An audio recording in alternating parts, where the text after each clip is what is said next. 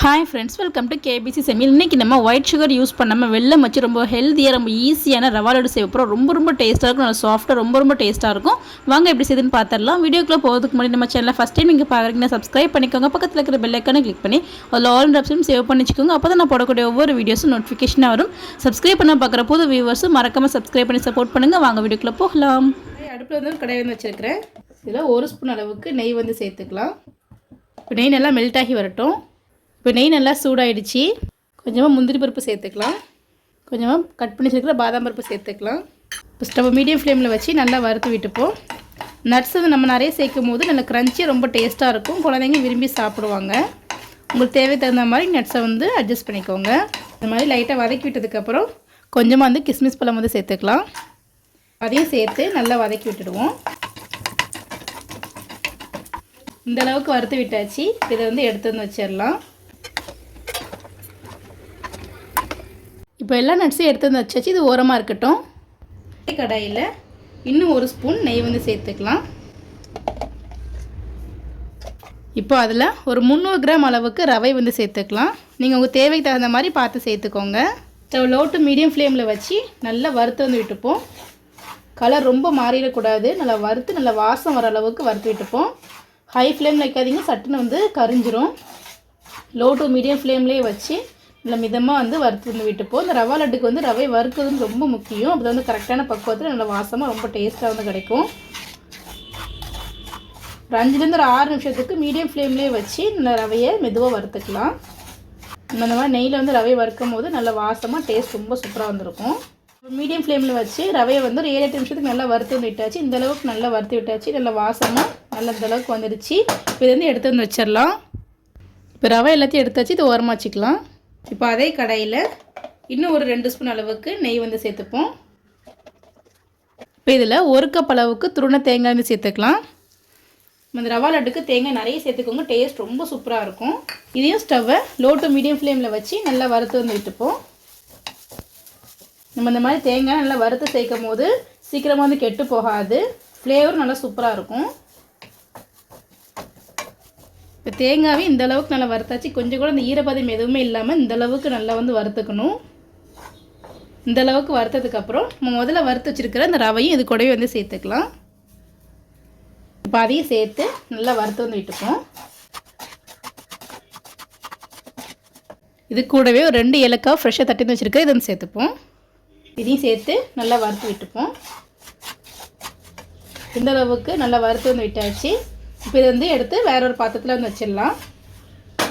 இப்போ அடுப்பில் ஒரு கடாயை வச்சுக்கலாம். அதில் 200 கிராம் அளவுக்கு வெல்லத்தை 1-2 உடச்சி வச்சுருக்கேன். அதை வந்து சேர்த்துப்போம். இப்போ இதுக்கு ஒரு 1/4 கப் அளவுக்கு தண்ணி வந்து சேர்த்துக்கலாம். இப்போ ஸ்டவ் ஹை ஃப்ளேமில் வச்சு நல்லா கலந்து விட்டுப்போம். வெல்லம் நல்லா கரைஞ்சி வந்து வரட்டும். நம்ம இன்றைக்கி ஒயிட் சுகர் யூஸ் பண்ண போகிறது கிடையாது. வெல்லம் மட்டும் தான் யூஸ் பண்ணி போகிறோம். உங்களுக்கு தேவைக்கு தகுந்த மாதிரி பார்த்து சேர்த்துக்கோங்க. பாகுப்பதம் எதுவுமே தேவையில்லை. நல்லா கரைஞ்சி வந்தால் மட்டும் போதும். தூசி மண் இருக்கும். இப்போ நல்லா கரைஞ்சி வந்துடுச்சு. இதை நல்லா வடிகட்டி எடுத்துக்கலாம். இப்போ நல்லா வடிகட்டி எடுத்துச்சு. இப்போ அதை வந்து சேர்த்துப்போம். இப்போ சேர்த்தாச்சு. ஸ்டவ்வை லோ டு மீடியம் ஃப்ளேமில் வச்சு நல்லா கலந்து விட்டுப்போம். கொஞ்சம் லைட்டாக பிசு வர்ற அளவுக்கு நல்லா கலந்து விட்டுப்போம். பாகுப்பதம் தேவையில்லை. இப்போ 2 நிமிஷம் நல்லா கொதிச்சு வந்துருச்சு. இந்தளவுக்கு நல்லா பிசுப்பாக இருக்கும். இப்போ நம்ம செக் பண்ணி பார்ப்போம். நல்லா மிக்ஸ் பண்ணி விட்டுட்டு கரெக்டாக இந்த மாதிரி எடுத்து வந்து பார்த்தோம் அப்படின்னா லைட்டாக பிசுப்பு இருக்கும். இந்தளவுக்கு இருந்தால் போதும். இப்போ நம்ம ஸ்டவ் வந்து ஆஃப் பண்ணிடலாம். இதுக்கு மேலே வச்சிட்டோம்னா லட்டு வந்துட்டு எல்லாமே மாறிடும். ஸோ இந்தளவுக்கு இருந்தால் போதும். இப்போ நம்ம வறுத்து வச்சுருக்க இந்த ரவையும் தேங்காயும் இதில் வந்து சேர்த்துக்கலாம். இப்போ எல்லாத்தையும் சேர்த்தாச்சு. இப்போ நல்லா மிக்ஸ் பண்ணிவிடும். நான் ஸ்டவ் வந்து ஆஃப் பண்ணிவிட்டேன். நல்லா மிக்ஸ் பண்ணிக்கலாம். நம்ம இந்த மாதிரி வெல்லம் சேர்த்து செய்யணும். டேஸ்ட் ரொம்ப சூப்பராக இருக்கும். நல்லா ஹெல்த்தியாகவும் இருக்கும். நல்லா வாசமாகவும் இருக்கும். இப்போ இந்த அளவுக்கு நல்லா மிக்ஸ் பண்ணி விட்டதுக்கப்புறம் பால் வந்து சேர்த்துக்கலாம். நான் வந்து ஒரு 1/4 கப் அளவுக்கு தான் பால் வந்து சேர்த்துக்கிறேன். காய்ச்சி ஆற வச்ச பால் கொஞ்சமாக சேர்த்துப்போம். மொத்தமாக சேர்த்துறாதீங்க. மொத்தமாக சேர்த்துட்டிங்க அப்படின்னா ரொம்ப சாஃப்டாக கேசரி மாதிரி ஆகிடும். நல்லா இருக்காது. கொஞ்சமாக சேர்த்து இந்த பால் எல்லாமே நல்லா அப்சர்வ் ஆகிற வரைக்கும் கலந்து விட்டதுக்கப்புறம் அப்புறம் மீதி கொஞ்சம் பால் வந்து சேர்த்துக்குவோம். ஸ்டவ் வந்து மீடியம் டு ஹை ஃப்ளேமில் வந்து வச்சுக்கோங்க. நம்ம இந்த மாதிரி பால் சேர்த்து செய்யும்போது நல்லா வாசமாக நல்லா சாஃப்டாக ரொம்ப டேஸ்ட்டாக வந்துருக்கும். ரொம்பவும் பால் சேர்க்க தேவையில்லை. கொஞ்சமாக இருந்தால் போதும். இப்போ இன்னும் கொஞ்சம் பால் வந்து சேர்த்துப்போம். இப்போ அதை சேர்த்து நல்லா வந்து கலந்து வந்து விட்டுக்கலாம். நம்ம பால் சேர்த்தோடனே ரொம்ப சாஃப்டாக லிக்விடியாக ஆகிற மாதிரி இருக்கும். நல்லா அப்சர்வ் ஆனதுக்கப்புறம் நல்லா கரெக்டான பதத்தில் வந்து கிடச்சிரும். இப்போ இந்தளவுக்கு அப்சர்வ் ஆனதுக்கப்புறம் மீதி இருக்கிற பாலை வந்து சேர்த்துக்கலாம். மொத்தமாக 1/4 கப் அளவுக்கு பால் சேர்த்துருக்கேன். இப்போ அதை சேர்த்து நல்லா வந்து மிக்ஸ் பண்ணிவிடுவோம். இப்போ நம்ம சேர்த்த பால் எல்லாமே ரவையோடு நல்லா அப்சர்வ் ஆகி வரட்டும். இப்போ இந்த அளவுக்கு நல்லா கலந்து விட்டாச்சு. இப்போ நம்ம வறுத்து வச்சுருக்க நட்ஸ் வந்து சேர்த்துடலாம். இந்த ஸ்டேஜில் கடைசியாக வந்து ஒரு 2 ஸ்பூன் அளவுக்கு நெய் வந்து சேர்த்துப்போம். நம்ம ஃபைனலாக நெய் சேர்க்கும்போது நல்லா வாசமாக டேஸ்ட்டும் ரொம்ப சூப்பராக வந்துருக்கும். இப்போ எல்லாத்தையும் சேர்த்து நல்லா வந்து கலந்து வந்து விட்டுப்போம். இப்போ இந்த அளவுக்கு நல்லா கலந்து விட்டாச்சு. இப்போ ஸ்டவ் வந்து ஆஃப் பண்ணலாம். கொஞ்சம் வெதுவெதுப்பான சூடுக்கு வந்து வரட்டும். இப்போ ஒரு 5 நிமிஷம் ஆயிடுச்சு. கொஞ்சம் வெதுவெதுப்பான சூடுக்கு வந்து வந்துடுச்சு. கொஞ்சம் வெதுவெதுப்பான சூடு இருக்கும்போது நான் டைட்டாக வந்து லட்டு வந்து பிடிச்சி எடுத்துப்போம்.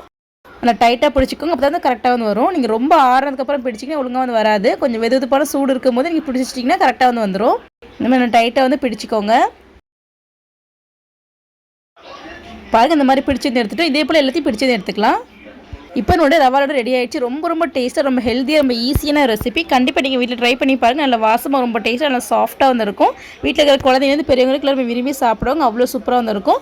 நீங்களும் இப்படி ட்ரை பண்ணி பார்த்துட்டு எப்படி இருந்து சொல்லி கமெண்ட் பண்ணுங்கள். இந்த வீடியோ உங்களுக்கு பிடிச்சிருக்குன்னு நினைக்கிறேன். பிடிச்சிருந்தா லைக் பண்ணிக்கோங்க. உங்கள் ஃப்ரெண்ட்ஸ் அண்ட் ஃபேமிலிஸ்க்கும் ஷேர் பண்ணுங்கள். இது போல் நிறைய வீடியோஸ் பார்க்கணும். மறக்காம சேனலுக்கு சப்ஸ்கிரைப் பண்ணிக்கோங்க. நம்ம சேனல் ஸ்வீட் ரெசிபிஸ் நிறைய போட்டிருக்கோம். அந்த லிங்க் டிஸ்கிரிப்ஷன் கொடுக்குற மறக்காம செக் பண்ணி பார்த்துக்கோங்க. தேங்க்ஸ் ஃபார் வாட்சிங்.